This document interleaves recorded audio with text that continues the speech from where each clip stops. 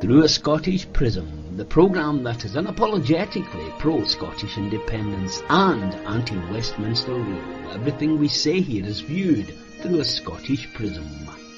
Brought to you by Barhead Boy. Hi folks, and welcome back to Through a Scottish Prism. I hope you and yours are well. I just thought today I'd wear one of the old Scotland tops as I'm back from my duty there in Germany. And just a big shout out to all those of you I met who watched the show. It was just so nice to meet you all, and very, very humbling too, but it was nice to see so many of you, especially the gentleman who said to me in Stuttgart, "Here's a bottle of beer, Roddy, I can't buy you a gin," which I thought was rather nice. I drank it. It was very good. It was lovely to see you. And so here I'm back today, dear, I'm name dropping again, from the south of France today. This is the price I've had to pay for my trip to Germany, taking my wife and our grandwains to the south of France. So here we are. So let's get the troops in. Lots to talk about. And let's start with our man in Edinburgh, Mr. Quinnan. How are you, my friend? I'm well, Roddy. Nice to see you back. Glad you didn't get wounded on the way. I've got to tell you, at my age, 14 days with the tartan armies is a heavy shift. I'm too old for that. Too old for it. And anyway, the man I met over there in Cologne and in Stuttgart, none other than our Mr. Boswell, who's in Brussels, I believe, today. Howdy. Aye, that was fun. It was great. It was Hard great going, to meet the three Roddies. Obviously, to go and tour the three Roddies, meet your son and the young man, Mr. Roddy, and and a few of the boys. They're good mates, John and Roy, good lads, and a whole bunch of other cracking folk. Man, it was it was eventful. It certainly was. It's one for the memory banks, and cracking.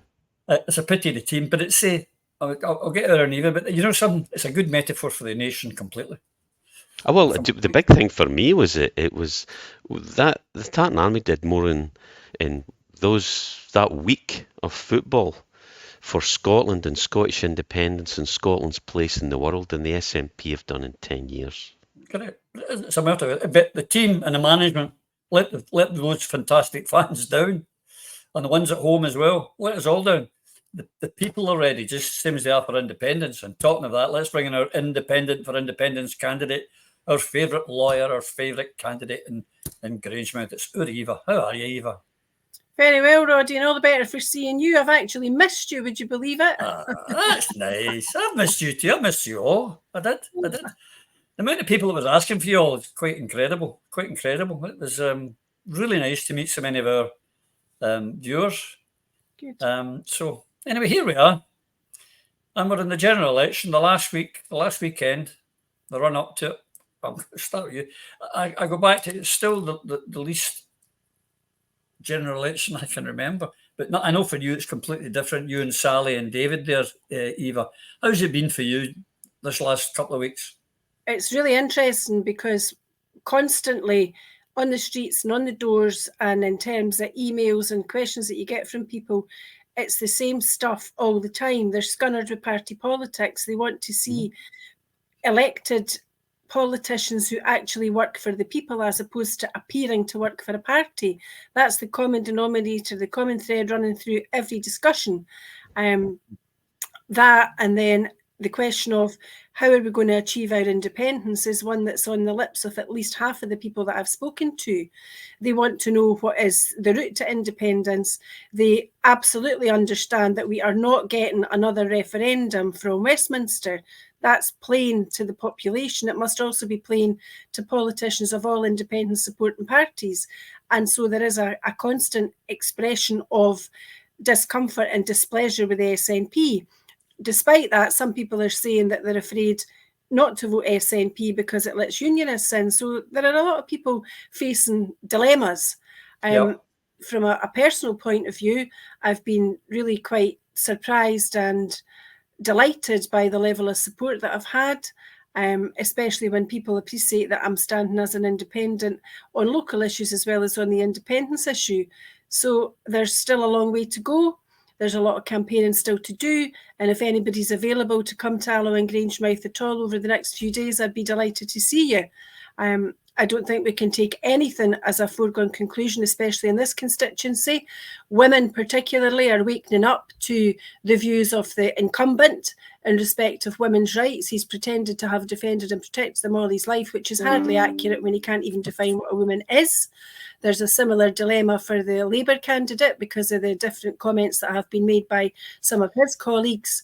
And I don't think that actually there's anybody else in the race apart from me, Labour and SNP. And I sincerely hope that those who favour independence and who want somebody who look after the local issues will consider to support me this time. I should think so too. And if you're in the Alloa and Grangemouth constituency and you're not voting for Eva, don't watch this programme. We don't want you. Got to vote for her Eva. Lloyd, general elections, you've seen a few, my friend. How's this one been for you?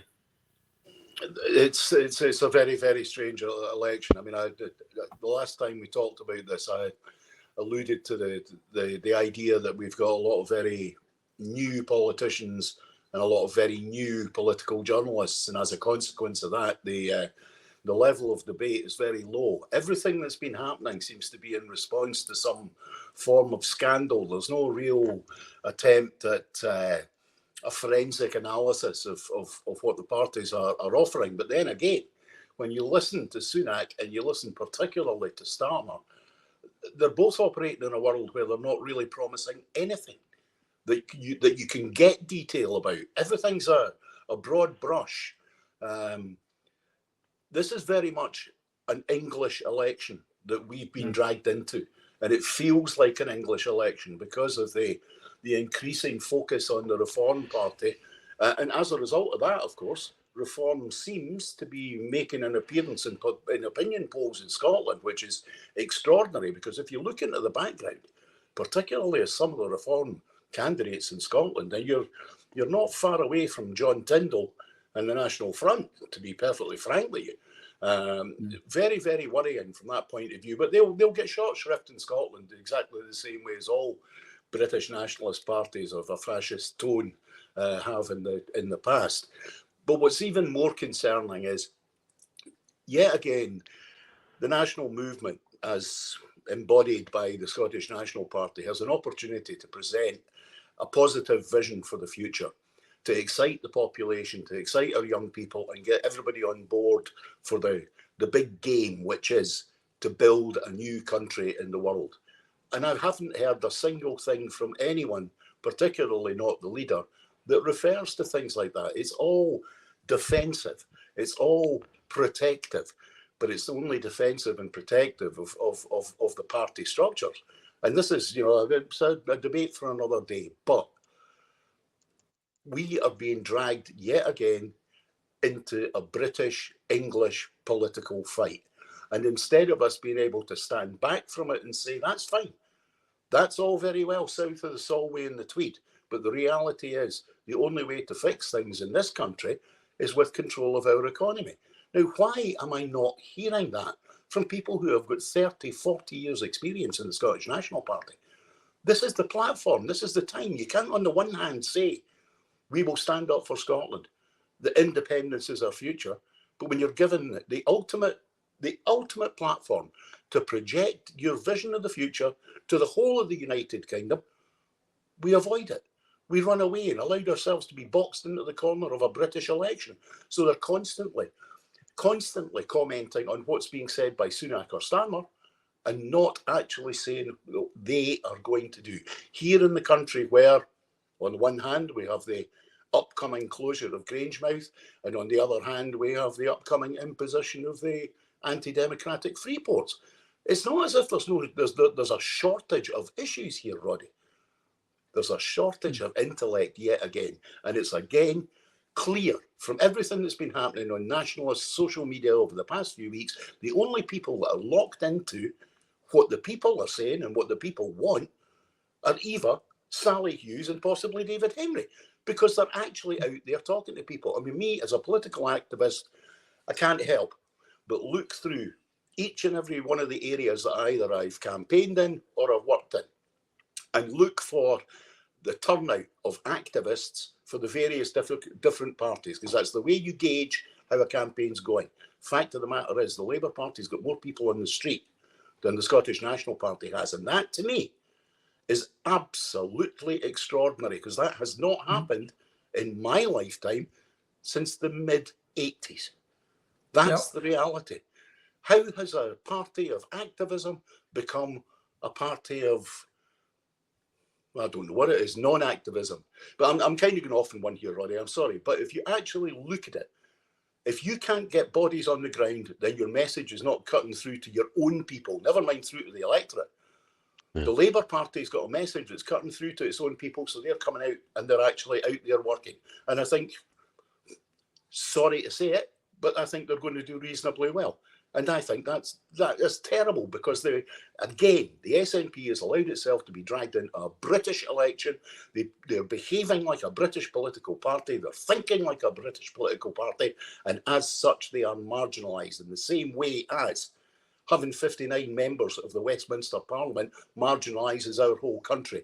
The party is now marginalising this whole country by being involved in a British election and not using their unique selling point, which is we represent Scotland and our vision is independence. Question is it? Yeah, well, if it walks like a duck and it quacks like a duck, it's a duck. So they don't only, that's what they're like, a British party, and that's what really finished them. We'll come on to that. Phil, you've won elections and lost general elections as a candidate. You've been in many a general election. How are you finding this election? Well, when you hear Gary Conway of the Heritage Party saying he believes our glorious history and wonderful heritage should be protected, makes the news, then you know there's nothing serious to talk about. I mean, previously I read out a pamphlet that, as Lois said, promised nothing, and Lois just reiterated that fact, that Labour and the Tories are not promising anything. That's still the case. Labour's bussing folk in here again, but let's see. But Lloyd's right, SNP have an opportunity to stand apart from this insipid garbage, yet we get the same from them as we've seen over the past 10 years. No further forward. Lead the debate, you cowards. Lead from the front. Independence, nothing less. It's a glorious opportunity. Contrast that courage that that would be seen by everyone against the non-event that is this current general election. I mean, the SNP reported recently there's no sense of real enthusiasm surrounding this, and that was they quoted a political expert from the northwest of England. Lloyd's right again. It's very much an English driven and focused, as all the elections really are. We don't really get to get a shout. You can vote, but it's not going to make a difference, unfortunately, unless you're voting to get out of this union. So it's I think the quote from a guy called Andrew Russell is a Liverpool Uni political expert. He said it's a kind of strange reality or timeline that's been it's been a long campaign because it was a surprise announcement. Everybody went right into it and full on, but they went right into it with full on with no real substance. So, that you all that jingoistic, which is probably why Conway get his shout on Heritage Party, D-Day commemorations. Then there's the betting scandals. There have been a few events and things, but it may be relentless, but there's no substance to it. There's absolutely nothing that catches the imagination or that resonates with people. There might be messages in glib sound bites, but that's politics, the management of perception. What are we getting from these people? Sadly, most of them have sold out. Again, a revert to revolving doors by Private Eye. This is the game. They're bought and sold. And I think the reason the scandals have not had a greater impact in the polls is people have already made their minds up about the election a long time ago. They've seen what's happened, and I'm talking about England, I'm talking about Scotland.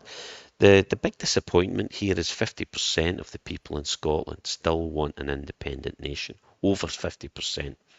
And for the SNP not to cash in on that, not to stand up on that fact and design a campaign that will gain us our independence, it's another betrayal of the mandate they've been given, another mandate wasted, another mandate lost. There is no leadership here. It is gone, and it's so a damp squib is anticipated. yet again, and it will be, and this is why the outcomes are difficult to forecast, because there's some really funky stuff going down at the moment. I don't know what the turnout's going to be, but I'm Low, not I would expecting it. suggest. Yeah, it's Very not going to low. be high, which can really throw some curveballs in there, and very much down to personality politics. Probably why Farage, this a friend of the people. Guy works for the hedge funds and pulled all of us out of Europe so the hedge funds wouldn't have to pay tax. Really? Friend of the people? Guys are don't listen to him. Yep. Flat cap jerk. Anyway, damp squib anticipated. Let's see how it goes. Talking of that and the People to Reform Party, just to remind you all, folks, if you've all forgotten, if you remember during the European elections when we get David Coburn of UKIP, remember that man. Now that's the kind of clowns that follow the reform. You're in for it.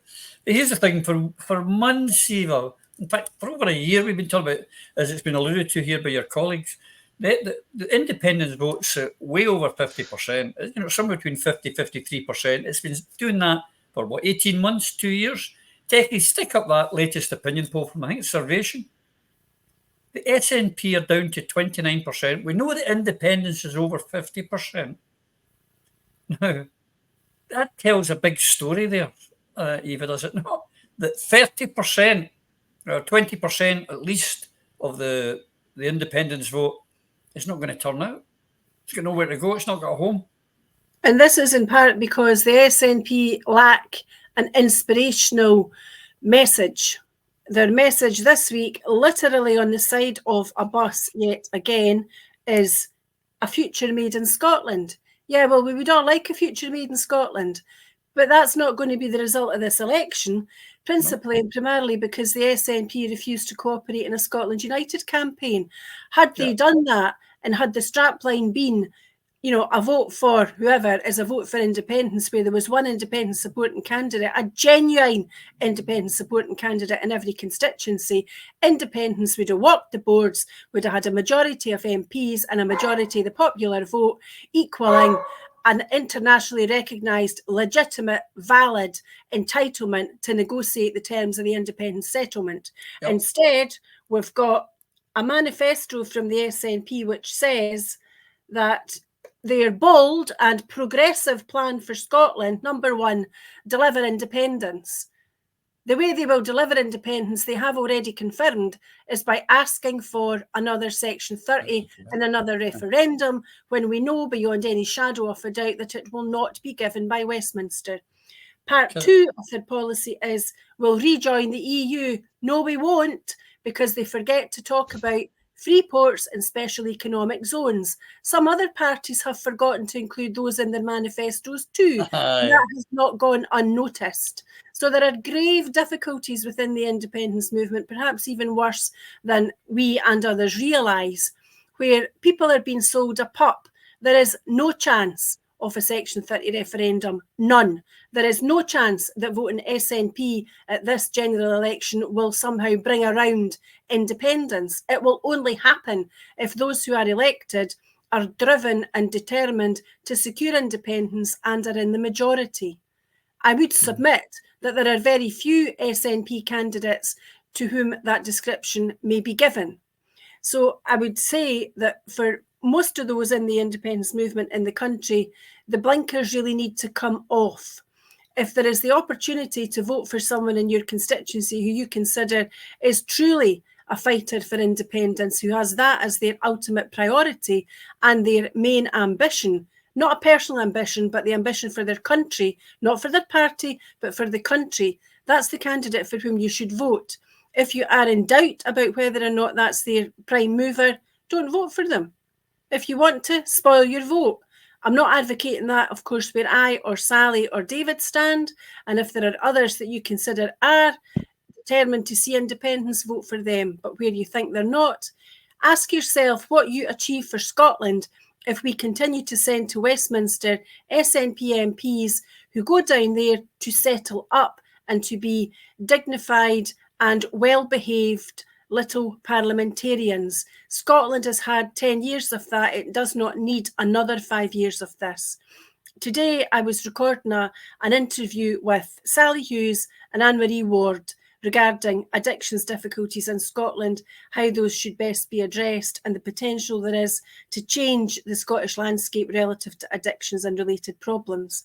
And what is really evident is that there are good people in this country who are trying to make the world a better place.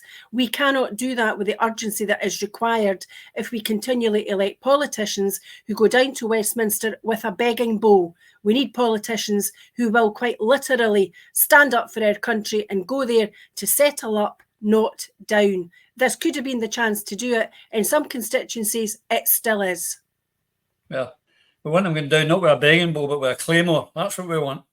Lloyd, Phil alluded to it there, with low turnout, there could be some weird results. I saw some local polling in your area in Edinburgh, where the Liberals are possibly going to lose Edinburgh West to the SNP, funnily enough, and that Joanna Cherry, one of the good ones, one of the good guys, could possibly lose her seat to Labour.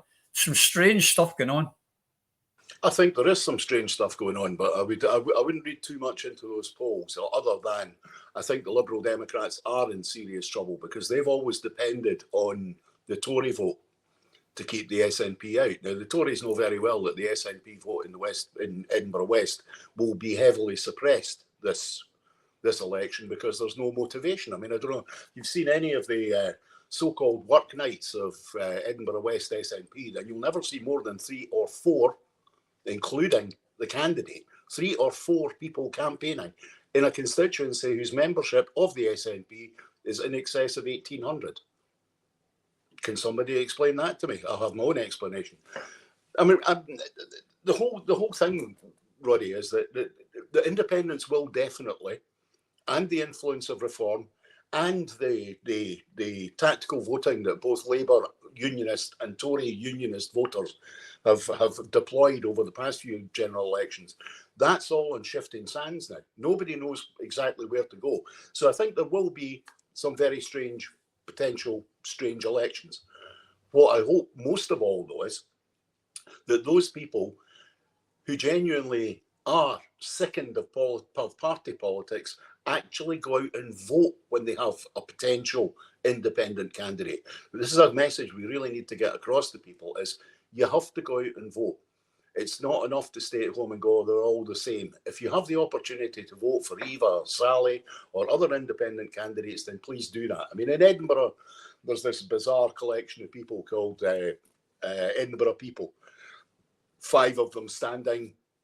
I'm not really convinced that they are people who have anything other than a rejection of party politics. I'm not really sure what they stand for outside of that. But it's interesting looking at the circumstances of our election, particularly given what Eva said about the Scotland United approach. I mean, it was only 5 weeks ago, you had the European elections in Europe, and the pro-independence parties of Brittany in France, of the Basque Country in Spain, of Galicia in Spain, and Catalonia in Spain, the Sardinians in Italy, and the Corsicans all worked together across pan-European, right, to drive forward their desire for the independence of their countries. So they did it across national boundaries, they did it across the boundaries within the unitary states, and what was the result? They swept the board. In the Basque Country, in Galicia, in Catalonia, the pro-independence parties swept the board. Same in Corsica, same in Sardinia, slightly different in France. But what does that tell us? If you can do it in other countries, and not other countries, but other countries and cross-border, what is preventing our politicians from doing the same thing? Another one that we should maybe take into consideration. There was supposed to be an election 2 weeks ago in the French overseas territory called New Caledonia, named after us because we are Old Caledonia. And the French tried to change the franchise to allow all the metropolitan French people who live in New Caledonia the right to vote in local elections, which they have never, ever had. As a result of this, the people in New Caledonia, the Kanak people, have got up in arms and effectively are in rebellion. The French have had to send 2,000 extra gendarmes, and they're about to send the French Foreign Legion. Effectively, New Caledonia is in rebellion, whereas here in Old Caledonia, we're going to London with a begging bowl. This is ridiculous. This, as Eva said, this should be an inspirational event, not just for people who are politically engaged, but this should be an inspirational event for our young people who in 2 years will have the vote at the Scottish Parliament election. Why is nobody in the independence movement seeing this opportunity of the snap British general election to create the ground for 2026? That's the question. Yeah, it's the one thing we're seeing with both the Tory and the Labour Party, Phil, is they're all shouting their heads off about stop the SNP, stop the SNP.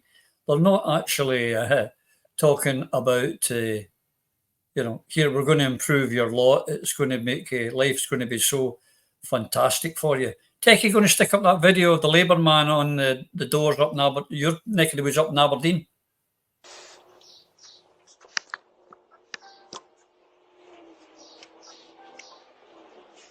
Fiona and Gregor.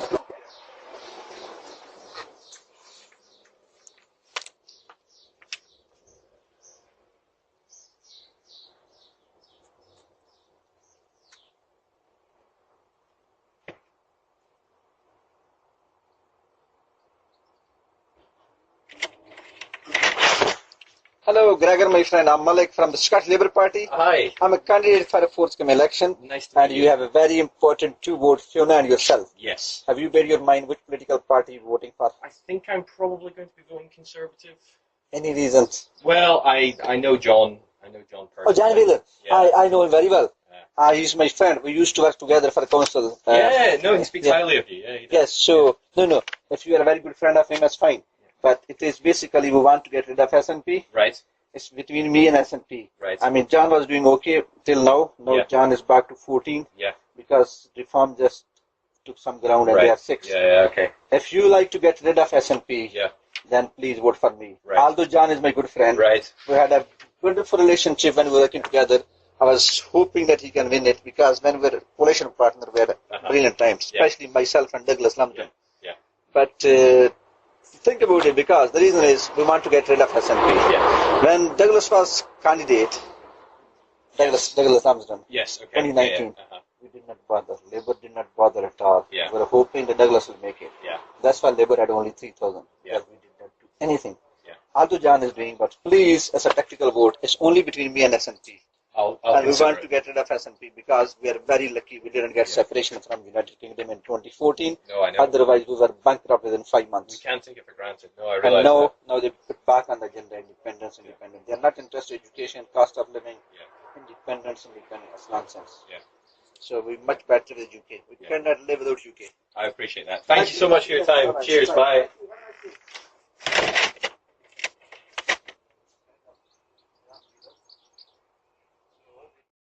Before you answer that, Phil, let me just say to the viewers, as a man as these round this table who do a lot of canvassing, that is not the way to canvass. That is appalling canvassing. You don't do that. You're on off the doors. And listen, watch this space about canvassing, folks, because there's someone coming down the line very, very quickly. And here in Prism, we're going to tell you all about it. A fantastic new campaigning tool that's about to come into your hands. Compliments of the Prism Show and some others. Phil, appalling canvasser. I mean, it just shows you the quality of the candidate. But he openly admits that they stood back to let the Tories in last time, and they now want the other unionists. No, we're going to make your life better. We're not even going to give you milk and honey, and everyone will have a wonderful life. Let's keep the SNP out. Typical English nationalism. That's exactly what it is, and the guy's a councillor, and it looked like more like Fast Tony trying to sell cars. The guy, it's just absurd. We get trained. You get trained when you work for a proper political party, and you get trained in the message, and you're told how to behave and how to be polite and be respectful. I don't know. Again, this is like Baldric's cunning plan, more cunning than a bag of weasels. It's just not. I mean, here's the tragedy, though. It's been working. It's been working, and it goes back to the point that was mentioned earlier with when Lloyd was talking about the parties across Europe unifying under a single message and cooperating. And yet we've had the SNP tell us over the last 10 years that they're the only show in town since Nicola took over. And when Alex pointed out the fact that you're doomed to fail again if you follow the same strategy, SNP 1 and 2 has continued to be the mantra, and it is currently failing them to an extent. Failing that and the betrayal of the Scottish people, of course, which has got to count for something, has failed them now to the point that they're hitting these appalling figures, and they're still waxing lyrical about the strategies and policies that will detract from from their representation, or they are putting themselves forward as being the representatives of the Scottish people. Because whilst these issues, we agree with some of the elements of it, the betrayal of women and young girls in some of this policy and putting this ideologically possessed nonsense first. I mean, there's validity in some of this stuff, but they're driving us into the ground. They have deconstructed the independence movement. People see for what it is, and you're still getting the same mantra spouted forth by the same reptilians. Come on, guys. I mean, you're bought and sold. Either admit it and jog on, or grow a set and stand up and do what's right. Do what we want you to do. And because they're not doing that, that's why the figures are so low. So no, this guy's tragically what the SNP have become. Yep. That's the sad thing here. That more than anything. I mean, and the guy, maybe he was a good councillor. I don't know. But I bet he does. I'll bet he's a rotten councillor. There you go. Yeah, probably. You probably put money on it. If you're playing, that's what you're saying on the doors, then maybe you weren't listening to your training, mate. But that's what it's become. It's the only show in town for Labour and Conservative. That's all they've got. Yeah, but let's be honest, Kick them the Labour out. Party before now have never had to canvass. They never canvassed right up until 2015. They never had to canvass. They weighed the votes. This is the first time they're doing it, and they're shit at it. Aye, so it was in 2015 when we were campaigning for, and we really rocked the boat after the 2014. That was magnificent. That what an election, and a few, the campaign was phenomenal, and there was hundreds. There was in 2015 when we came in to the 59 get in.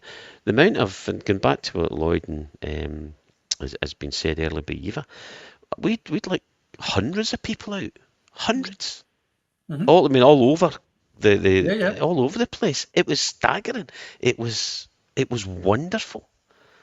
And the numbers were when we hire in terms of membership, but if you've got membership of thousands and you've got 2 or 3 turning up, does not augur well. Down in Barhead, Nielsen up the mountain, I had 29 people at my door leafleting. I was, having to cut the windows down to make them less because we had so many people leafleting. It was incredible. Wonderful. Anyway, that's something you're talking about Alec. He talked about Alec there. I'm not going to put you in a position, I'll say it. He talks and says how wonderful Scotland United was, and the first opportunity he gets to practice it himself, he sticks a candidate in after 7 weeks against Eva. Typical of the parties. They put their parties and their spiteful behaviour before our nation, and that's a problem. And it's time for them to start behaving and putting the people and the nation before their own stupid, petty little minds. Anyway, I've had my wee rant. I'm okay now, Eva. You've done a lot of canvassing in your time, Eva. If that was what canvassing for you, would you not have been put your boot up his bum? I'd have got short shrift. It's insulting to the intelligence, quite frankly. But it just shows you how fly and capable the Better Together campaign was, and how the unionists will always stick together. And it simply underscores and reinforces the argument for Scotland United. And if SNP, ALBA, ISP and independence candidates got together, they could rewrite the future history of Scotland, our future destiny, almost overnight. We could be doing all the things that badly need done. We could have that constitutional convention before the election even takes place. That could be set up within the next couple of days. We could have deals done all over the place about who's standing, who's not standing. We could have organisational canvassing, demonstrations, there's a lot you can do in a short period of time if your heart and your soul is put right into it and you really put your backbone into achieving what all these people and all these parties say they want, which is our country's independence. And we don't want independence simply and solely for the sake of being independent, although it's a normal way to be. We need our independence to make Scotland a better place. You know, I actually have made a mistake on several occasions here, Roddy, in recent months when I've spoken about 30,000 homeless in Scotland last year. I was wrong. It was 30,000 homeless households in Scotland. It was 53 homeless individuals. I learned that the other day and I'm mortified that I got it so wrong. But how dreadful a statistic is that in this day and age? Beyond that, we know that drugs deaths sadly are on the rise again. Drugs, deaths from alcoholism, similarly, mental health problems, suicide. These are all matters that arise from poverty and inequality, which will never be properly and comprehensively addressed while we remain part of the Union. The other issues obviously clearly include Grangemouth. There is no incentive to Westminster to keep Grangemouth open because it enables Scotland to run its own oil and gas refining. There is an incentive for Westminster to make sure that Grangemouth closes. Can people not understand that? That there is an incentive to Westminster to bleed Scotland dry and to leave Scotland devoid of resources to regenerate itself if and when we do become independent. You know, we cannot sit and twiddle our thumbs for another 10 years waiting for some miracle to drop out of the sky. We need to take action now.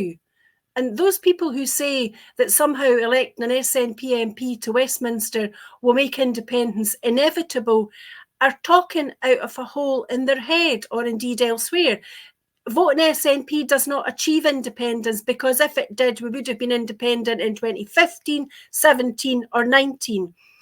It is foolish in the extreme and, quite frankly, very embarrassing to suggest that returning to Westminster a smaller number of SNP MPs than there were elected on the previous occasion will somehow make a more persuasive case for the delivery of a Section 30 referendum. That is simply illogical and stupid. Stephen Flynn is not a stupid person, neither is John Swinney. But together, if they actually want to deliver independence, they have to do better. And they have to speak sensibly and tactically and logically about what the plan to achieve our country's independence actually is. We had, 8 or 9 years of being told that Nicola had a secret plan. Nicola's on it. Well, Nicola was on something, but it was not the secret plan, as we now know. So I think what we really need to do with the population is make sure that people are educated, energised and motivated to vote for the right people and also to take to the streets when appropriate and to protest and to demonstrate and to demand change and to demand that the politicians are bent to the will of the people and the politicians do what they are enjoined to do. So if there are people watching here who vote SNP because they expect them to deliver independence, you come and see me on the day after the election when these SNP MPs, newly elected or re-elected, tell you exactly how it is they're going to deliver that referendum or that independence, because I suspect their answers will be few and far between. Absolutely. Absolutely it will. I mean, that's the thing over the years. Every time we try to unite the place since 2015, it's been stopped. Oh, you're gaming the system. Your man Tarek there, he's shown you they've been gaming the system forever. Yeah, absolutely. That's the whole point of it. First past the post is the ultimate gaming of the system. I mean, that's just the reality, especially when you have effective control of where the electoral boundaries are and the confusion that that can throw up, as we're seeing in this election. But Eva said something really important there, and that's about how you have to show an example that you have to take to the streets. Last Saturday, the leader of the Scottish National Party presented himself to the good people of this country in a Saltire-inspired pride flag T-shirt. Meanwhile, patriots from across the country were marching in Bannockburn, as they have done every year for nigh on 80 years. And on most of those 80 years, when he was alive, John Swinney was there. What the hell was the leader of the Scottish National Party thinking of that he could avoid, because that's what it looks like, meeting with fellow independence supporters and marching to remember those that died and those that delivered their freedom over 600, 700 years ago. What was it that 0.4% of the population that John feels the need to champion, when in actual fact the message that we need to get across to people is that we are a united country with a beautiful history, a history of struggle. And that's what Bannockburn's all about. It's about remembering who and what we are and where we came from and those that came before us. I can't for the life of me understand why the leader of the Scottish National Party would aver to be at Bannockburn, unless what John is saying to us is that it's actually more important to him, the 0.04% of the population, than the country's history, culture, past and future. And it seems to me that that's exactly where we are. In some ways, our constant discussions of a constitutional convention and of Scotland United, which are, without doubt, the pathways forward, are sometimes, it's a bit like, howling into a gale, because the Scottish National Party, for whatever reasons, now finds itself so entangled in an ideology that would require them to throw their hands up and say, we got it wrong. And they don't do that. John Swinney has never said, I got it wrong in his entire life. And he never will, most especially as leader of the Scottish National Party.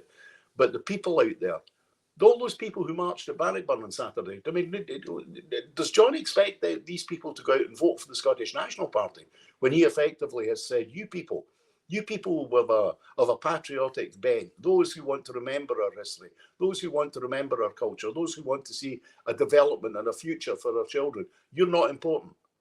What's important are the 16 to 24-year-old students that hang about in Edinburgh. It's beyond childish now, John Swinney's approach to the movement. Because there was only one place to be last Saturday if you are genuinely the leader of the national movement, which historically the leader of the Scottish National Party has been. What he has effectively said, whether he sees it or not, but for us who are members of the movement, what John said was, you people are of no importance to me anymore. And I think that in itself should require his resignation, but that ain't going to happen.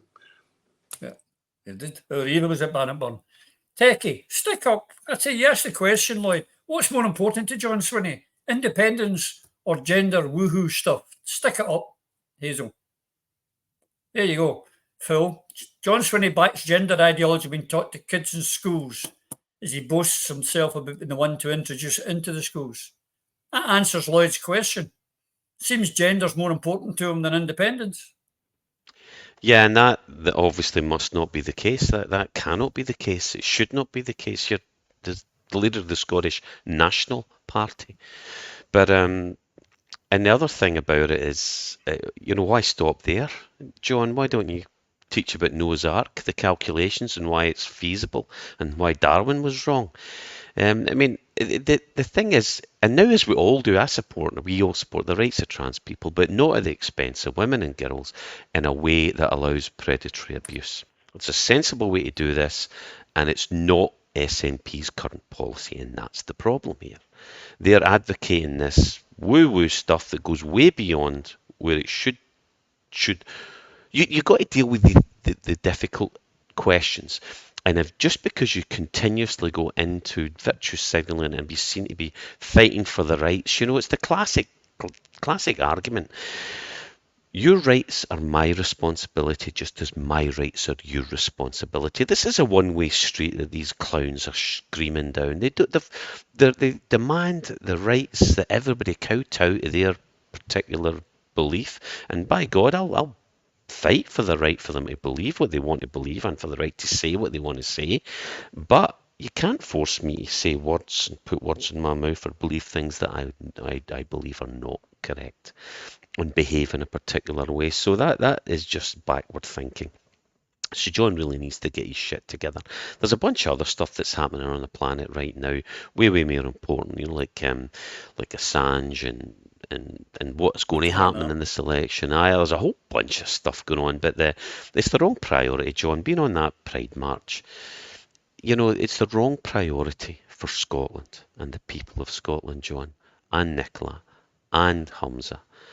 We're suffering for it, while these bozos take shots each at being leaders of a party, right, and all the benefits that comes with that, while simultaneously driving the gravy train, because it is the gravy train, into the ground. The problem is it's dragging Scotland down with every train crash that these bozos create, and it is deconstructing all the hard work that we did. It's not, I say it's deconstructing the mechanisms, and the SNP itself is becoming devalued, and the unification we had has been hammered.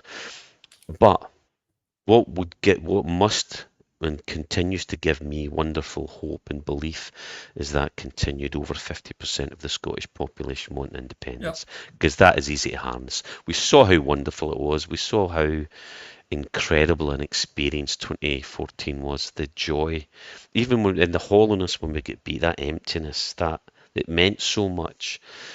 We won't forget this. No, but you can Neither will we forget the betrayal of SNP's leaders since Nicola. Correct. But you could see when we were in Germany, you could see the Scottishness in the people. It was wonderful. The unity among the proletariat.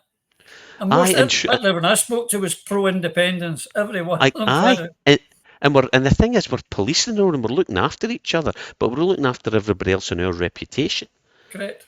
And that's one of the wonderful things about the Tartan Army, because there's a few of us get a wee bit out of hand at times, right? But you're soon pulled. But you get pulled into line, and you see somebody going beyond and getting a bit out of hand. You say, well, make sure the boy gets home okay, or don't say that, mate. Don't be so aggressive. You're giving us a bad reputation. And that's how we should behave. That's how we are as a people. And it's something that the SNP leadership have leadership. There's another faux pas, John Spinney. Leadership. Here we go. You come out with the goodness. That's nothing I'd really say the quickie. I met a lot of Rangers fans when I was there too in the Tartan. Great guys. For those that don't believe it. Eva, that was 40%. You were at Bannockburn, but it must, as a good nationalist like yourself, you must have thought, why is John Swinney? And it wasn't the only one. You had that woman Stuart with her, the Let's Eat Terf's woman, John Nicholson, your opponent, apparently, and a lot of other ones were there. Does it not irk you as much as it irks me that these people will march for pride, but they won't march for independence? I'm interested in your reference to Cowcab Stuart there, because what I was thinking about was 30, 40, maybe even 50 years ago when we were all campaigning for independence, and then later on when we were all, around the same time when we were young and daft and doing stupid things, we were all very fortunate that the mobile phone hadn't been invented and your pals couldn't Snapchat your embarrassment to the world. However, today's politicians are not so fortunate, because nobody will forget that Cowcab Stuart and others around her, I think including Alison Thewlis and perhaps Stuart MacDonald at that demo, who had behind them the placards that said, "I eat TERFs and decapitate TERFs," gave the excuse that they'd not looked behind them and they hadn't seen them. So I just wonder if, when John Swinney was on that march the other day, had he not looked in front of them to read what it was on the placard he was carrying, because it said "End conversion practices," which John Swinney well knows is highly controversial and not without difficulty. And if you don't believe me, you're probably more likely to believe the submission from the Law Society of Scotland, which says, proposed legislation to prohibit conversion practices in Scotland may criminalise legitimate behaviour unless a more precise approach is taken. That's the official submission from the Law Society. It's pretty detailed, but says new laws, particularly criminal legislation, must be shown to be necessary and a fair and reasonable means of addressing a clearly identified problem. This proposed legislation falls short in innumerable aspects. So were I the First Minister newly appointed, that is probably the last placard I would have been daft enough to carry.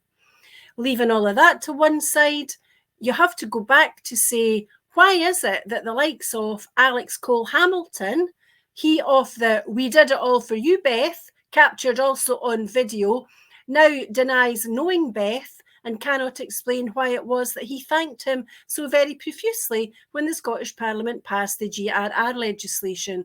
And may I remind viewers, that legislation is not dead. It is only asleep, and there is a grave danger that if we have a Labour government at Westminster, it will be revived. And you can bet your bottom dollar that the SNP and Labour will be in cahoots with each other to get it revived, perhaps in return for a Section 30 referendum. That's the potential deal, and it's the trap not to fall into. Yeah. It's Cole Hamilton using the Prince Andrew excuse. I didn't know Beth. I was never a customer of Beth. All the usual stuff there. That's what he was saying. And I'm sure it's true. I'm sure he was never a customer. I'm sure he wasn't. Liberal Party, that's all I'm saying. And we have alluded to earlier, Lloyd, there's a lot of other stuff going on. And one that's very, very important, and that is Mr. Sunak. Could you stick that up, Techie? If the Tories do get back in by some miracle, they're going to revoke young people's driving licences and access to finance if they refuse to do national service in the English Army. Oh, sorry, British Army. But there's no reason to doubt that Sunak of the Red Tories won't introduce the same law and the same national service, because he's a warmonger as well that thinks genocides are not happening and killing Russians is a great thing. It's utter and complete insanity, and clearly late night in the golf club at the end of the bar, Rishi overheard some aged colonel suggesting that the only way to get the vandals and get these scruffs sorted out is to get them into uniform and march about. I've been hearing that since I was a bairn. It's a lot of bollocks. That's all there is to it. Now, serious military folks say, number one, the current army we've got is not fit for purpose. We don't have enough people to train. We don't have enough guns. We don't have enough camp beds. We don't have enough battle dresses. We don't have this. We don't have that. It's a non-starter. Another thing that kind of crossed my mind there is we're talking about the Tartan Army. You know my views on having a standing military force. I believe it should be a defence force, and that is all, like the Irish have. And the Tartan Army proved that I'm right. That if we have a standing army, and it was the Tartan Army, then it would be entirely defensive. We'd spend all its time going around breaking up fights, which is exactly what we want, especially on the border of Lebanon and Israel. And that's the future for our country, if we're honest. But if we want to play British politics, then we'll carry on. And I could imagine ex-Boy Scout John Spinney Swinney going along with the whole idea of getting the scruff off the street and putting them in the army for a little while, because that's John's mentality in reality. Doesn't like uppity boys, doesn't like folk that say, no, you didn't. It's an insane idea. I mean, look, right. Currently we have a tiny voluntary army, but with loads and loads of missiles and rockets, is currently holding Western maritime trade to ransom, by firing missiles. Boots on the ground are not the issue anymore. And the fact of the matter is, who's our enemy?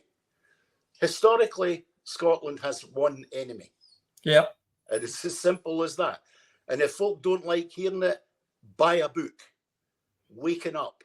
Because for me, when you all put your poppies on the 11th of November and I don't, because I believe that the people who died at Bannockburn, Culloden, Dunbar, Gloucester, all of those battles, are their lives worth less than those that died in 1418 or 39 to 45? No, they're not. They're exactly the same. The people of our country. Scotland does not need a standing army because it has no pretensions for expansion, whereas it is inbred into particularly the upper class English mind that you need an army for expansion or to go and teach somebody a lesson, because that's what they did for 300 years. But the reality of this is you can only think in terms of using a military option to deal with a social problem if you've got an imperial mentality. That's all there is to it. There is no other way of looking at it. And unfortunately, Rishi, whose family suffered that very imperialism, had his his parents' native country denuded of all its natural resources and created huge famines. But he's bought into the idea that that was a good thing, because that was Britain being strong, Britain being good, and a military solution to a social problem. We didn't have enough jobs for people here. We didn't have enough natural resources. So the British went across the world, plundered and stole from everybody to keep themselves. Now, if national service is the answer, what are they going to do with all these boys that learn how to use a gun once their national service is over and they can't send them to foreign countries to deploy the skills you've just given them? Has nobody said to Rishi and nudged him in the corner and said, look, do you think it's a really bright idea to give the scruff guns? I can think of some of the ones in Barhead being taught how to use a gun. Dear God help us. Same in Coatbridge, no doubt, Phil. I take it you're not in favour of national service. Dear God, no. And it's impractical. It's not going to happen. I've got senior military friends who really understand what kind of situation we're in. And the other question: if you want a standing army, if you do want a military force worth considering, they have to be motivated and they have to be professional. Forcing young kids in ain't the way to do it. It's just not. That doesn't work. That's the Ukrainians. It's absolutely, it's appalling, absolutely appalling. And so for me, when I see something like that happen, I say, relaunch the Sex Pistols. It's a fascist regime, so let's have a revolution, brother. I'd fight that.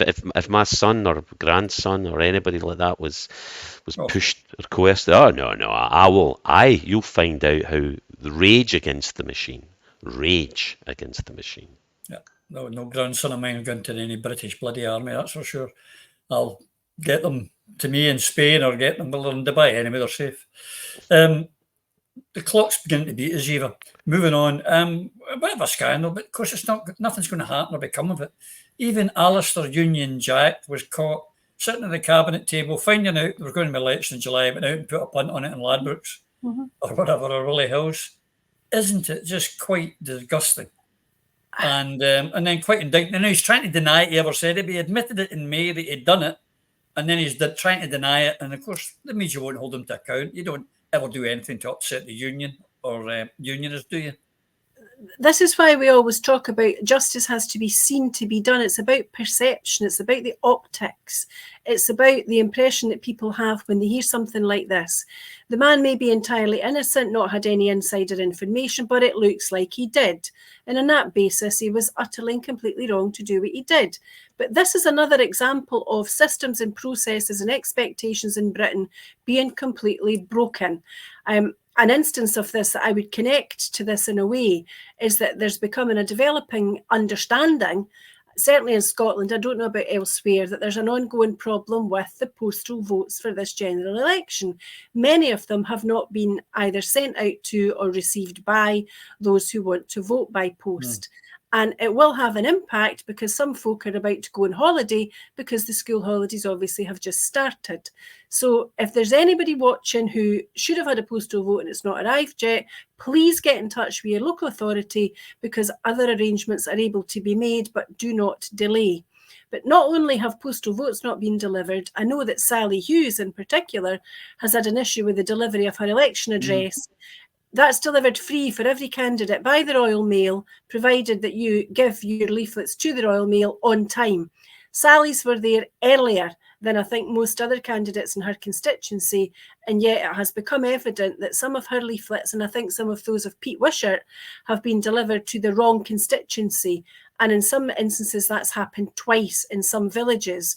So if you're in Sally's constituency and you've not had your leaflet from the Royal Mail yet, please get in touch with Sally. You'll find her details widespread on Twitter and on her website because she can give you more insight into her campaign, because I think she's now at an unfair disadvantage because of this set of circumstances. So there's much within the electoral system and the political system in the UK which is absolutely broken, and politicians betting on the date of an election or the outcome of an election is a very small tip of an enormous iceberg. The clock is beating us, Lloyd. I want to go into what it has to. The biggest story for a long time was at last, after virtually being in prison since 2010, when he was under house arrest, was the freeing of Julian Assange. But there was a couple of stings in the tail with it. Techie, can you stick up that quote of, which I think is a brilliant one from Julian, the difference between Mark Zuckerberg, who owns Facebook, for those who don't know, I give private information corporations to you free and I'm a villain. Zuckerberg gives your private information to corporations for money and he's man of the year. Kind of sums it up, doesn't it? Zuckerberg should the one that should be in bloody jail. I don't think there's any question about that. I mean, it's fantastic that Julian Assange has at long last found some form of freedom. The fact that he's got 2 children he's barely seen, he'll be able to spend time with them and with his wife. Because I think people forget that despite the fact he was in the Ecuadorian embassy, which effectively was a prison within a prison for a great number of years before he was 7 years. And then the time in Belmarsh, effectively, he has served a longer sentence in real terms than most murderers in Scotland get currently as a tariff. I mean, that's the absurdity of it. Now, and I think it was petty, cheap, and typically American that they made him bow and scrape by dragging him to Saipan and effectively forcing him to admit guilt to something which I certainly and many people across the world don't believe he is guilty of. But that's very much the nature of American imperialism. It was a warning to journalists across the world. It was all sorts of things. But joyous day for Julian Assange and his family. Unfortunately, those poor, unfortunate people who were massacred by the Black Rock helicopter, which seemed to be the real provocation for the arrest of Assange, they can't be brought back from the dead. But thank goodness that Julian Assange and WikiLeaks provided us with some truth about the realities of Afghanistan and Iraq, in which our government was deeply involved. But good on him. And more importantly, good on all those people who stood behind him. It's been a hard fight for them, but it shows you dogged determination, commitment to a cause of truth. You won't always get the right result, but sometimes you do. And this time we got the right result, and that's great. Yeah. There's another sting in the tail to it, Phil, that when he was forced to go to Saipan to see through this plea bargain, he wasn't allowed to use a commercial airline. They made him get a private jet and then charged him £529,000, which his wife Stella's now put up a crowdfunder for, to raise money to pay for that. It's almost this, let's give him a fine as well, $500,000. A man who's not been able to earn since 2010. Terrible, isn't it? It's torture. He was tortured, and this is what he had to do to get released from the torture. He was being tortured to death and hadn't seen his kids lived with his kids, lived a normal life. And it was an appalling thing. It was an appalling miscarriage of justice, and those responsible should be held to account. Absolutely. I'll just finish off by saying this. That was the US and the UK governments that colluded together to do that to that man. It's the US and the UK governments who are colluding to kill the people in Palestine by genocide. And if you vote Labour, or you vote Tory, or you vote for the Liberal Democrats, you are supporting a genocide and the murdering of innocent people in Palestine. You're also helping to kill lots of Ukrainians who are fighting a war they can never win because of American foreign policy, and to divvy up Ukraine, and hopefully they hope the old USSR countries for BlackRock. So remember that when you're trying to bloody the nose of maybe an independence party next Thursday. That's what you'll be doing if you vote for any of those British unionist parties. I've had a couple of wee rants today, and I feel better for it. Well, it's been nice to be back. You had a good time, folks. Well, you at home, thanks for watching. Until we see you again, you and yours, please take care.